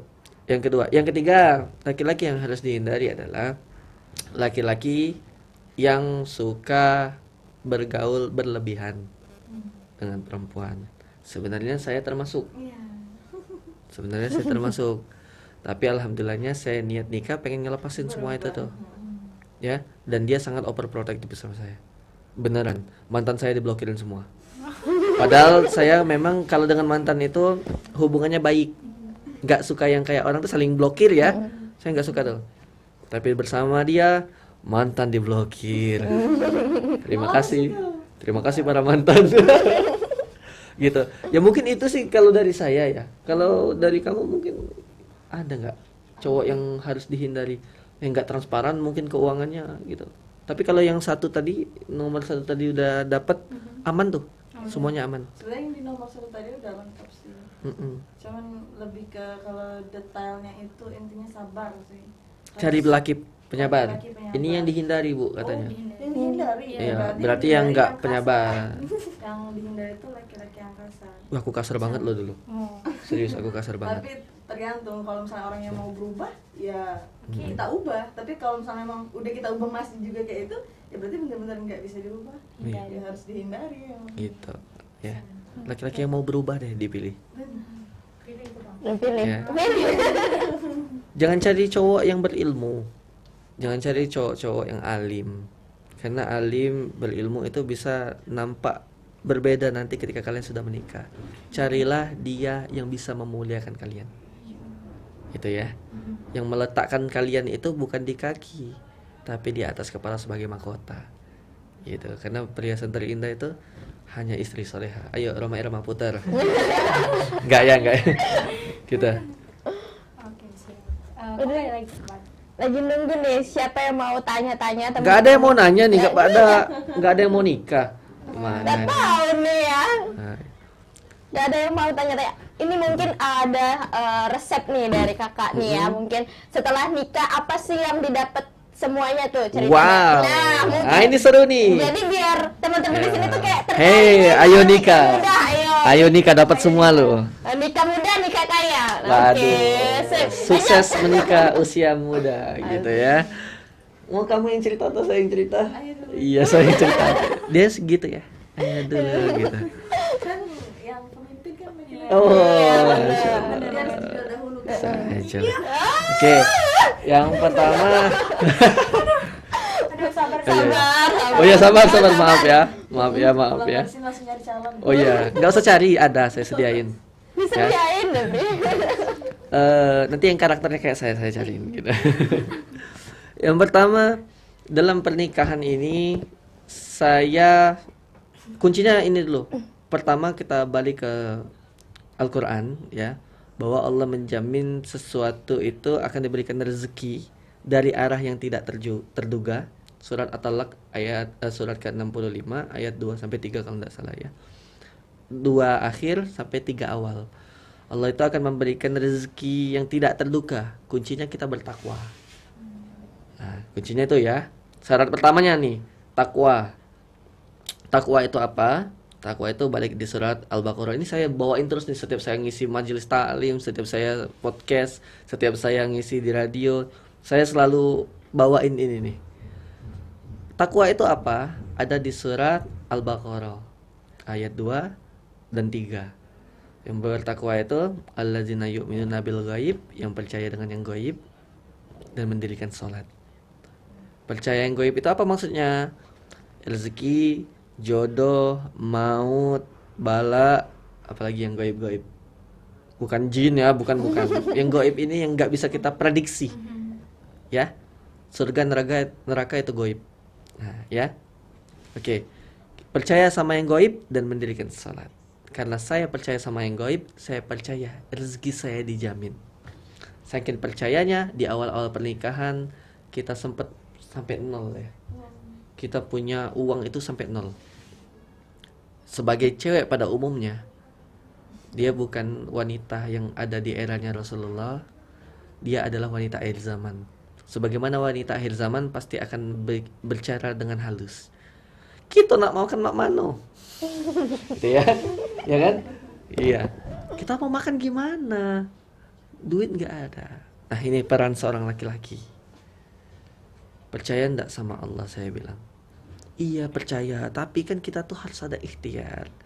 Ikhtiar kita adalah bekerja. Kalau kita sudah kerja, tapi uang masih nol, berarti ada yang Allah siapkan. Ternyata benar, paginya dia deg-degan nggak bisa makan siang, siangnya kita dianterin nasi, ya kan? Dianterin nasi sama ada orang, ternyata ada hajatan kasih kita nasi, makanlah kita berdua. Tinggal mikirin malam tuh. Sorenya ada teman yang pinjam duit dan saya sudah lupa, benar-benar sudah lupa. Dia bilang, saya punya utang sama kamu nih 100.000, bertahan sampai 3 hari, pas uangnya habis kita gajian. Kemudian seiring berjalannya waktu, kita balik ke rumah. Saya sudah akad rumah waktu saya bujang, saya belum nikah, sudah akad rumah. Karena itu tadi, menikah itu harus menyiapkan tempat tinggal terbaik untuk istri, gitu kan. Saya nikah ngontrak pertama, tapi yang punya kontrak kan nggak mau dibayar, ya, cuma minta bayaran bacain ngaji aja tiap hari katanya. Kita bilang ya kita emang ngaji tiap hari, aman dong kalau gitu. Jadi nggak mau dibayar selama 3 bulan ya kita tinggal. Selama 3 bulan kita tinggal di rumahnya orang itu, kita rawat rumahnya, kita bersihin rumahnya gitu. Ya, sini mau cerita tentang nikah, gitu ya. Nah, kemudian seiring berjalannya waktu dengan ketakwaan dan kepercayaan bahwa Tuhan akan memegang semua janji-janjinya. Kalau Tuhan nggak mungkin ingkar janji. Maka dengan seiring berjalannya waktu, derajat kita pelan-pelan naik. Kuncinya tadi apa? Takwa, ya, percaya sama yang gaib. Oke. Seiring berjalannya waktu, mulai ada lagi tawaran mengajar. Ada lagi tawaran lain, sehingga naik. Baru mulai nyicil, dan ini poin paling pentingnya adalah ketika ekonomi sedang aman-aman saja, tanya sama istri pengen apa. Kadang wanita tuh nggak bisa ngomong pengen apa. Saya tanya, pengen apa bun? Pengen punya mobil katanya. Gila nggak tuh? Realistis. Iya. Pengen punya mobil ya, sakit pinggang katanya. Pakai motor. Karena kita ngajarnya ke rumah-rumah ya. Saya tuh tenaga pendidik ya, ngajar, tapi privat gitu. Karena kenapa privat? Ya karena duitnya lebih gede gitu ya. Kita realistis ya. Kita privat. Nah, jadi ketika dia bilang saya mau punya mobil, saya bilang insya Allah tahun ini kita beli. Saya nggak bilang, bun, nggak masuk akal nian. Saya nggak bilang gitu. Saya nggak bilang, waduh duit dari mana? Nggak. Saya yang selalu bilang, oke, tahun ini kita beli. Kita udah pindah ke rumah kita, nggak tahu dari mana rezekinya ada. Akhirnya datanglah mobil kita pertama. Rezeki itu nggak bisa saya sebutin ya dari mana rezekinya ya. Tapi benar-benar tidak bisa diprediksi. Itu janji untuk yang menikah, teman-teman. Ya, aneh-aneh. Tiba-tiba duduk ada yang nawarin. Sekarang saya sering ngisi majelis taklim. Niatnya pengen ceramah. Diamplopin sama orang. Datang job MC yang biasanya dulu sepi ya. Saya dulu nge-MC-nya padat. Setelah bekerja stop. Pas nikah naik lagi. Undangan MC, dia bisa nabung. Mobil kita datang. Kemudian kita janji apa lagi? Kita minta sama Allah, saya tanya, apa lagi yang dia pengenkan? Dia pengen punya anak katanya. Pengen punya anak. Padahal dari awal kita udah minta sama Allah ya. Tapi mungkin dia belum pengen banget. Ya, belum butuh mungkin kita Allah kan pengen ngasih kita tuh sesuatu yang dibutuhkan, bukan yang diinginkan. Di waktu yang siap. Mungkin di awal-awal seandainya anak kita sudah hadir, kita masih ribut-ribut di tahun pertama, wah kena mental tuh anak kita, bener kan? Tapi ternyata setelah kita rukun, adem, kita udah punya mobil, ya, rumah kita udah mulai bagus pelan-pelan. Saya bilang, insya Allah tahun depan. Jadi tahun kemarin punya mobil, tahun depan kita punya baby. Dan di hari pernikahan kita Allah kasih hadiah. Di anniversary kita yang kedua tahun ya. Yang kedua tahun Allah kasih hadiah. Apa hadiahnya nih? Yang ada hati. Minta doain sehat ya. Amin. Ya, gitu. kuncinya teman-teman jangan pernah takut. Nah, sesuatu yang bikin rezeki kita terhambat itu karena kita takut. Kita tuh seolah-olah meremehkan Tuhan. Menghina Tuhan tuh kata Sujiwo Tejo, menghina Tuhan tuh nggak mesti injek-injek kitab suci. Menghina Tuhan tuh kalian takut nggak bisa makan besok, itu udah menghina Tuhan. Ya. Saya selalu bilang sama dia pernah juga waktu itu ya. Kita ini punya yayasan nih yang ngurusin anak yatim sama duafa. Saya bangun yayasan sama dia, saya sama teman-teman yang lain. Kita bangun sebagai wanita pada umumnya, dia bilang anak-anak ini dari mana duitnya ya? Kemarin pengen bikin seragam ya ceritanya ya. Saya bilang, saya pengen beliin seragam buat anak-anak saya. Kita nyebutnya anak-anak kita gitu. Karena mereka yatim dan duafa kan. Saya bilang, pokoknya bulan ini saya mau kasih seragam. Hitung-hitung duitnya lumayan gede tuh ternyata. Seragam untuk santri. Setelah dihitung-hitung, segini saya tunjukin sama istri. Segini pun butuhnya. Dari mana duitnya ya? Dia bilang gitu. Saya bilang, kamu percaya Allah nggak? Diam dia, nggak berani bantah lagi tuh. Kalau seandainya dia bantah, saya akan flashback lagi. Kita udah punya rumah, kita udah punya mobil, sekarang kita dikasih baby gitu ya, biarpun masih dalam perut ya. Saya sampein itu. Ternyata dia bilang, ya udah yakin insya Allah ada duitnya. Besoknya pagi-pagi dikasih sama Allah jawaban. Ada teman donasi seharga dengan kebutuhan pakaian seragamnya anak-anak. Nah, kalau pengen menikah teman-teman berhasil ya, kuncinya tadi percaya. Ya, kebanyakan rumah tangga tidak berhasil karena mereka nggak percaya teman-teman. Kuncinya nggak percaya. Kalau dalam dunia hipnoterapi itu adalah sugestivitas. Jadi kalau teman-teman orangnya sugestif, maka akan terjadi tuh. Saya pernah hipnotis orang, itu cewek kecil badannya, nggak kecil juga sih, tapi yang maksudnya cewek ya. Dia bisa angkat galon tangan satu begini. Saya hipnotis galonnya jadi buku. Karena dia percaya sama saya dan saya bisa menghipnotis dia. Begitu juga dengan kehidupan pernikahan. Kalau teman-teman percaya sama Tuhan, hidup kita dijamin, maka nggak ada alasan hidup kita susah. Saya tuh selalu percaya, saya punya istri, hidup saya akan bahagia, saya bilang. Saya punya istri, hidup saya tidak akan kekurangan. Dan terjadi. Biarpun kita nggak dengan kemewahan ya sayangnya, nggak dengan kemewahan, tapi setiap dia pengen apapun ada. Sayang pengen ini. Duit udah menipis. Saya bilang mau, benar mau. Saya beliin, ternyata ada undangan bawa acara seharga dengan apa yang kita keluarkan tadi. Ya, orang-orang lihat makannya mewah mulu nih. Kak Deb sama Kak Iva makannya mewah mulu. Enggak, bukan karena kami hedon, tapi saya mau tanya, istri saya pengen makan apa? Dia pengen makan itu, saya harus cari duit. Lancar tuh. Rezekinya lancar. Dan kesuksesan itu teman-teman, setelah kalian menikah, itu 2 kali lipat dari kesuksesan kalian waktu masih lajang. Ya. Jadi untuk orang-orang yang masih sempit pernikahannya, yuk coba diyakini lagi, percaya lagi dengan sesuatu yang Allah janjikan. Itu. Oke. Nih Kak, di sini ternyata ada yang nanya nih. Gimana caranya sabar dengan kekurangan masing-masing? Masing-masing pasti ada keegoan dan kekurangan yang memungkinkan tidak disukai. Itu cara sabarnya gimana? Nah, kamu atau saya mau jawab?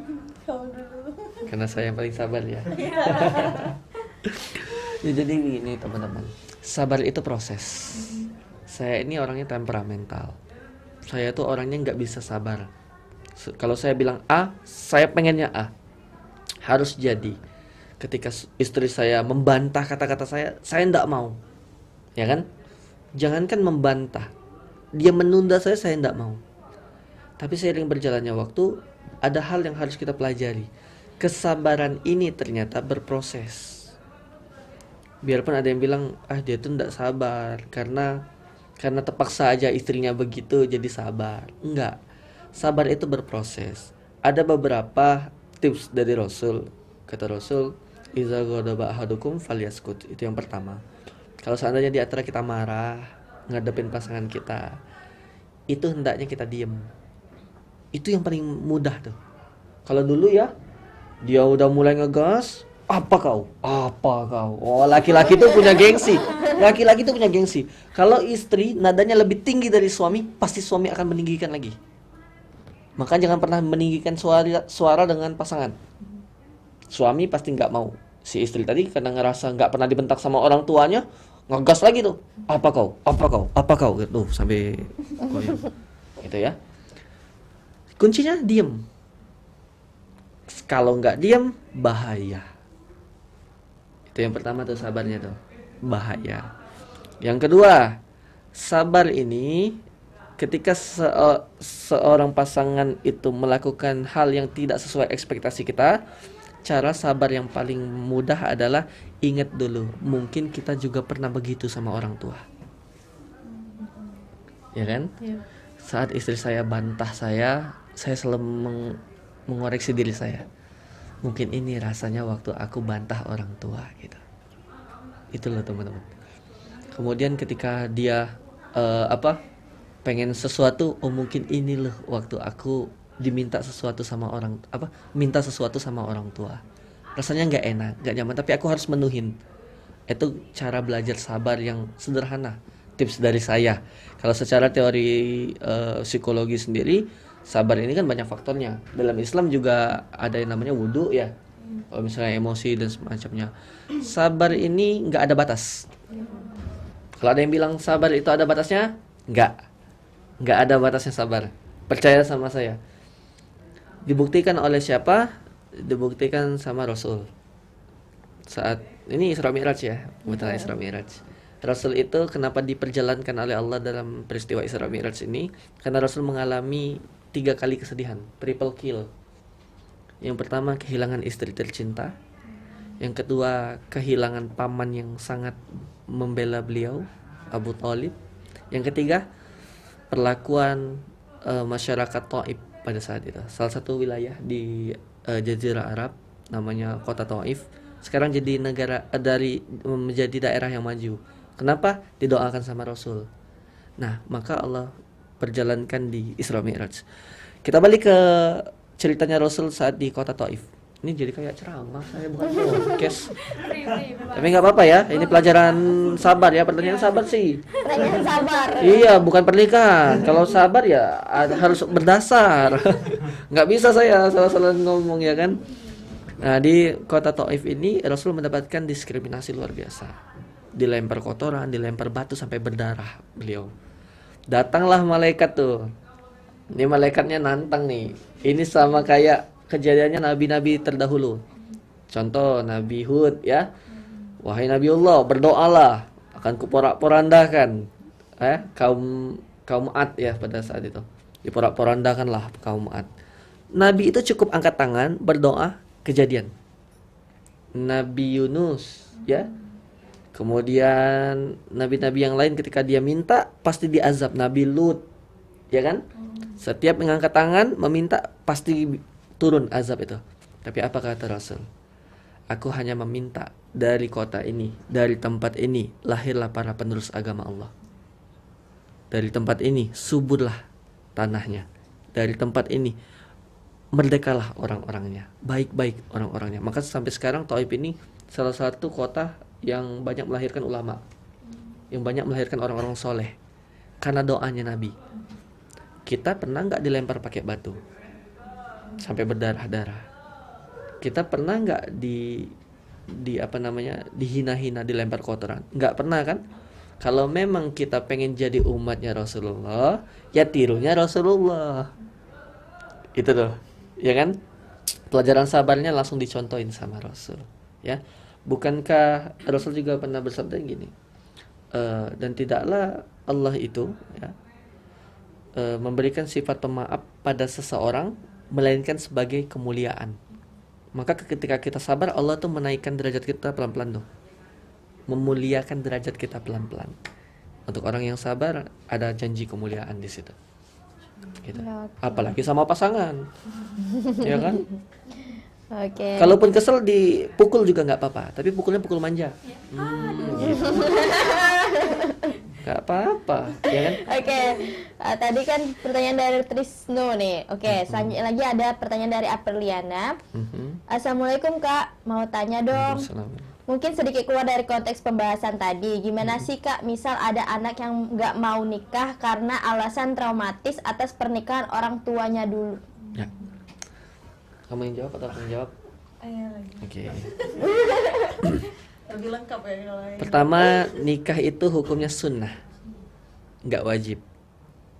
Ya, garis bawahi dulu ya. Jadi kalau ada orang yang tidak menikah seumur hidupnya, dia tidak dikenakan dosa. Tapi nikah bisa berubah jadi wajib kalau satu, syahwatnya tidak bisa tertahan, ya kan? Ini beneran kayak majelis taklim deh ini, bukan kayak podcast deh ini. Ya, ini pertanyaannya Islami. Oh ya, karena Isra Mi'raj ya, karena Isra Mi'raj ya. Oke. Gak apa-apa lah. Oke, nggak apa-apa. Ya. Nikah itu bisa wajib kalau syahwatnya tidak bisa terbendung lagi, atau misalnya dia sudah ada sesuatu yang mendorong ya dari dirinya, mungkin kemapanan, orang tua, bisa tuh menjadi wajib, ya kan? Dengan dorongan-dorongan dan faktor-faktor lain bisa berubah menjadi wajib. Nikah juga bisa berubah jadi haram kalau yang dinikahinya saudara, atau yang dinikahinya diniatkan untuk menceraikan setelah pernikahan, balas dendam. Ada tuh nikah, akhirnya setelah nikah diceraikannya karena maaf bertanggung jawab untuk perutnya aja. Sudah dinikahin ditinggalinnya, jadi haram tuh pernikahannya. Itu ya. Nah, anak yang tidak mau menikah jangan dipaksa. Sedangkan Allah saja bilang la ikraha fiddin, tidak ada paksaan dalam agama ini. Kok kita manusia maksa-maksa orang, gitu kan? Maka ketika dia memang trauma atas pernikahan orang tuanya, tidak ada sesuatu dalil pun yang boleh memaksanya. Tidak ada satu landasan pun yang boleh memaksanya, gitu ya. Maka kalau teman-teman yang belum ada kemauan menikah, sering-seringlah dekat orang-orang yang menikah, dengan orang-orang yang baik pernikahannya, ya kan? Karena pernikahan itu banyak baik-baiknya. Biarpun memang enaknya itu cuma 1%, 99%-nya enak banget nikah itu, ya. Jadi teman-teman yang belum ada kepengenan nikah tadi, terutama traumatik pada orang tuanya, bisa beberapa hal yang dicoba, ya. Ada beberapa hal yang bisa dicoba. Salah satunya berdamai dengan masa lalu. Teman-teman percaya, saya ini broken home loh. Orang tua saya bercerai. Bahkan saya nggak tinggal sama kedua orang tua. Saya tinggalnya sama apa yang nyebutnya ya, bibi dan paman ya, yang kami panggil emak dan pakcik ya. Saya tinggal sama mereka. Kalau mau dipikir-pikir, trauma loh saya. Masih kecil ditinggalin kedua orang tua.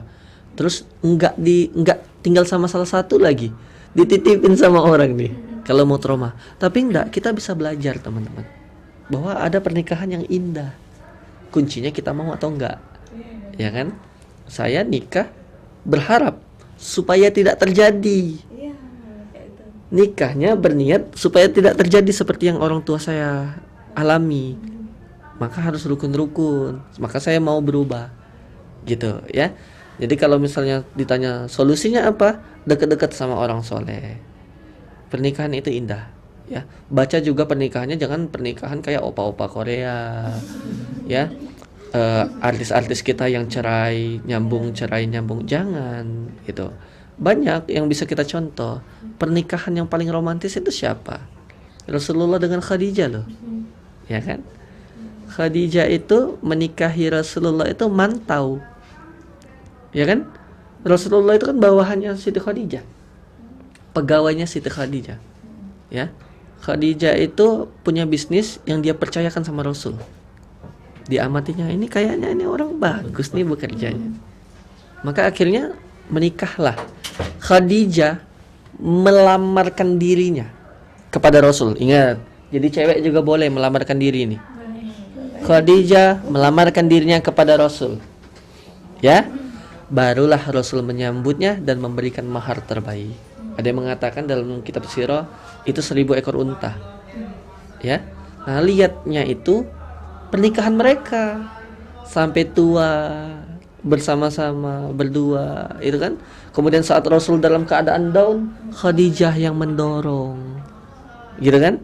Saat Khadijahnya sudah dalam keadaan tua, Rasul tetap puji dengan kecantikan. Ini jangan sampai nanti istri sudah peo, dia keriput semua. Ayo lama ini ke salon kayak masa mukanya kayak gitu. Enggak, jangan. Ya kan? Oke, sudah. Khadijah mah beda, dewasa ceweknya. Ini cewek yang kekanak-kanakan. Ada kisahnya Rasul sama Aisyah. Lebih muda lagi tuh, 9 tahun dinikahin oleh Rasul. Kemudian ketika balik baru digauli. Gitu kan? Oh, masa kakek-kakek nikahin anak muda? Nah, ini ya, untuk Anda yang nggak suka Islam, saya garisin dulu ya. Sengaja dinikahi dalam usia belia karena Aisyah radhiyallahu anha banyak meriwayatkan hadis yang tidak bisa dilihat oleh sahabat. Makanya dari kecil sudah nikah sama Rasul supaya bisa ngelihat Rasul ngapain sih kalau malam, Rasul ngapain sih kalau tidur, Rasul ngapain sih kalau mandi, Rasul ngapain sih kalau di rumah, yang tidak bisa dilakukan oleh sahabat. Maka diperintahkan oleh Allah untuk menikahi Aisyah. Ya. Bukan Rasul mah banyak istri, pasti genit. Enggak. Satu-satunya istri yang dinikahi oleh Rasul karena syahwatnya sebagai manusia, Khadijah, dan dia tidak poligami. Adapun pernikahan-pernikahan setelahnya ada hikmah di balik itu, dan itu perintah Allah. Nah, itu ya. Jangan jadi alasan. Ada orang bilang istri itu harus 4, Rasul aja istrinya. Ndasmu. Banyak banget itu alasan. Dijadiin alasan. Rasul itu istrinya satu yang dinikahi karena memang cinta.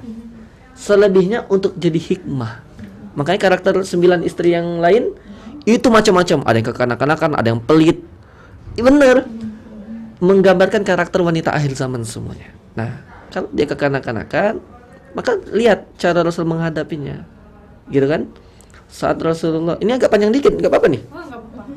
Ya? Aman? Mau di close? Close the door? Enggak. Ya. Saat Rasulullah bertengkar sama Aisyah. Tuh, Rasul sama Aisyah aja bertengkar. Apalagi kita manusia biasa. Iya. Saat Rasul bertengkar, kata Aisyah, carikan hakim di antara kita. Wah, gitu kan? Saking romantisnya mereka tuh. Aku tunjuk Umar, kata Rasul. Enggak, Umar terlalu keras. Aku tunjuk Utsman. Utsman terlalu pemalu, apalagi dia mantumu. Wah, gitu kan? 2 anakmu dinikahkan sama Utsman, ya kan? Ya sudah Ali kalau begitu. Ali itu menantumu, ya. Nanti dia engkau sebagai mertua, malu dia kalau ternyata engkau yang salah. Baiklah, kata Rasul, aku pilihkan Abu Bakar, dia adalah ayahmu. Oke, kata Aisyah. Baru duduk Abu Bakar, ya Abu Bakar, tolong tengahi kami berdua, kata Rasul nih. Saat Rasul belum ngomong, Abu Bakar baru nanya, apa masalahnya? Aisyah langsung ngotot. Nih cewek-cewek akhir zaman nih kayak gini. Dia yang salah ya. Wah, gitu kan? Apa yang dilakukan oleh Abu Bakar? Abu Bakar dengan kelembutannya mengangkat tangan. Kurang ajar kau sama Rasulullah. Abu Bakar mengangkat tangannya dan ingin menampar Aisyah. Apa kata Rasul? Nah, ini romantisnya seorang laki-laki. Wahai Abu Bakar, kalau kau ingin main kekerasan, jangan di sini. Dia adalah istriku. So sweet nggak tuh? So sweet. Biarpun itu ayahnya, nih istriku nih, ku jaga.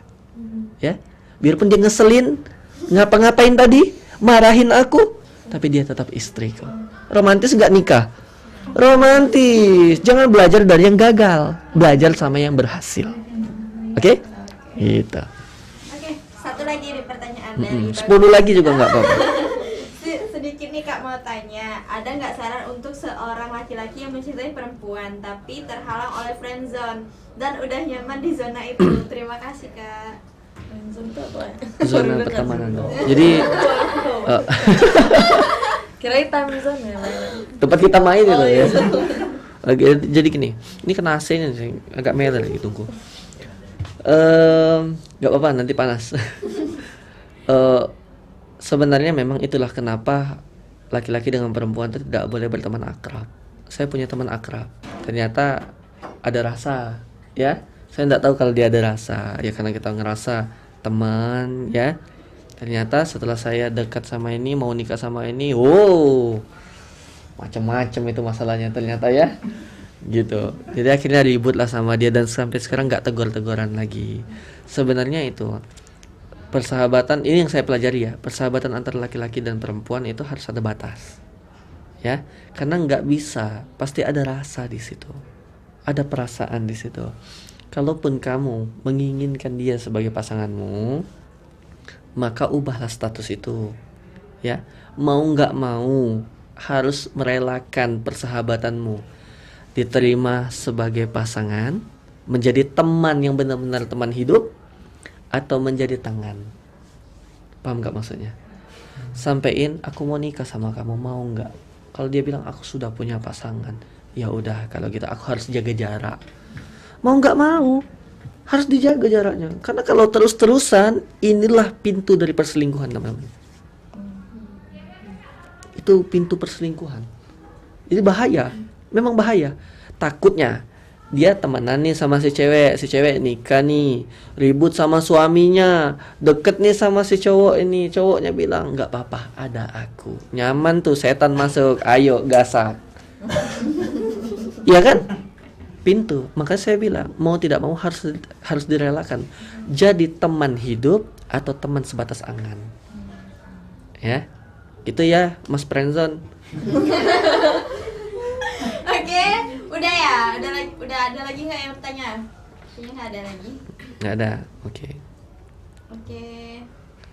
Udah, seru. Oke, ini apa? Mau kita kasih hadiah dulu nih Oke, sebelumnya buat pembaca. nih, kakak aja yang pilih mau yang mana yang kasih hadiah. Yang mana, Bun? Tadi ada tentang friendzone, tentang trauma, tentang sabar. Yang mana? Apa ya? Tentang trauma deh satu. Trauma satu. Hei, kamu yang menanyakan soal trauma dapat buku eksklusif dari saya. Oke, dapat. Apriliana. Oke, Karena Apriliana. pengen buat dia biar jangan sampai trauma itu Wow. dibuat ya jadi dia nggak mau nikah. Iya. gitu. Kamu Dia bijak harus- banget sumpah. Dia harus baca. Karena jujur saya setiap orang tuh pasti ada trauma sama orang tuanya, Iya, pasti iya, ada iya. trauma. Cuman ya sama sudah disampaikan sama suami saya tadi, kalau saya jadiin motivasi trauma tadi. Oh nanti kalau saya udah nikah jangan sampai kayak gitu, kayak itu, jangan sampai ribut depan anak, jangan sampai kasar depan anak, maksudnya itu ya jangan sampai, pokoknya dibuat apa yang udah pernah kita apa yang terjadi dengan orang tua kita jangan terjadi pada kita. Nah, harus kayak gitu. Ya, Aprilia namanya. Aprilia, semoga buku ini menginspirasi. Nanti follow Instagram saya, kita sharing session lagi lanjut. Istri saya juga di follow. Tapi followers dia udah banyak sih. Iya, tapi masih pelit ya orang like ya. Follow nggak like. Kepo kalau di story. Oh, di story yang banyak ya. Gitu. Oke, yang kedua. Yang kedua, ayah aja. Yang kedua pertanyaan tentang kayaknya sabar deh. Karena sabar itu memang luar biasa ya. Saya di tahun kedua menuju ketiga baru bisa sabar. Yang kalau dia ngomel, ya udah maaf, selesai langsung teman-teman. Kemarin kita ribut, ya saya sampai banting-bantingin apa namanya lemari itu, pintu lemari. Saya sampai, ternyata cukup minta maaf selesai. Selesai, sesimpel itu ternyata sabar. Ya udah maaf. Diem dianya langsung. Ya bunda juga minta maaf. Lah, kemarin ribut, gitu kan? Sabar Anda akan berbuah indah nantinya, ya. Oke, Nih. Ini selamat ya buat Trisno. Ya, buku Ini namanya. kepercayaan. Sama Apriliana. Oke. Itu nanti hubungi lewat DM bisa di Instagram @dev_kan18 sama @ifah. Iya, nanti langsung DM ke Instagram. Ada nggak nanti di sini? Ya, Nih. nanti tolong ya, brother. Di bawah ini. Di bawah ini nih. Di bawah ini. Ya. Oke. Atau di komen aja, balesin komennya. Ya. Oke, Ya. nanti kita bantu untuk share. Iya. Udah, ini mau closing? Oke. Closing aku boleh closing statement nggak? Oh boleh. Boleh. Ya, ada satu quotes di bab keberapa nih ya? Kalau di buku ini di halaman 17. Tentang bagaimana karakter utama dan karakter kedua ini memadu kasih, yang awalnya si cewek nggak mau nikah tapi akhirnya bisa luluh juga, ya. Ada satu kata-kata yang luar biasa nih di awal bab halaman 17. Kata-katanya gini: hakikat cinta yang sederhana adalah aku menerima masa lalumu dan kau tak mempermasalahkan masa laluku. Itu, ya. Jadi buat teman-teman, mungkin kita punya masa lalu yang buruk, tapi yakin dan percaya dengan menikah semua bisa diperbaiki. Kuncinya tadi takwa. Karena kenapa? Cinta yang hakiki itu akan datang dari hati dengan ridho ilahi dan dengan restu kedua orang tua yang mencintai kita sepenuh hati. Tuh. Mau kasih statement nggak? Nggak. Kak Iva nggak? Ya. Nggak. Nah, Oke, dia teman-teman. pas. Oke, teman-teman, mungkin sekian dulu ya dari kami nih bincang-bincang mengenai cinta halal. Kalau misalnya mau lanjut, langsung aja follow Instagram Ya. Kak Devkan sama Kak Iva. Ya langsung di follow aja. Nanti di situ mungkin ada sharing session lagi, Boleh, lanjut boleh. lagi ya. Kalau masih kepo, masih penasaran, karena nggak bakal cukup nih cuma Oh, sekali iya kali. dong. Iya pasti harus, apalagi udah perjalanannya udah 3 tahun, berarti juga panjang nih ceritanya Iya. ya. Kalau misalnya mau lanjut lagi bisa langsung DM aja atau tanya-tanya di situ. Oke, kalau dari kami mungkin cukup ya. Saya Trena Putri dan Saya Devri Handayani. kami pamit dulu untuk kali ini. Mungkin kita bakal ketemu di lain podcast. Oke, terima kasih buat teman-teman. Jangan lupa like, comment, dan subscribe IG YouTube-nya. Dan juga jangan lupa follow Instagram Kak Dev dan Kak Iva. Oke, terima kasih. Wassalamualaikum warahmatullahi wabarakatuh. Waalaikumsalam warahmatullahi wabarakatuh. Terima kasih.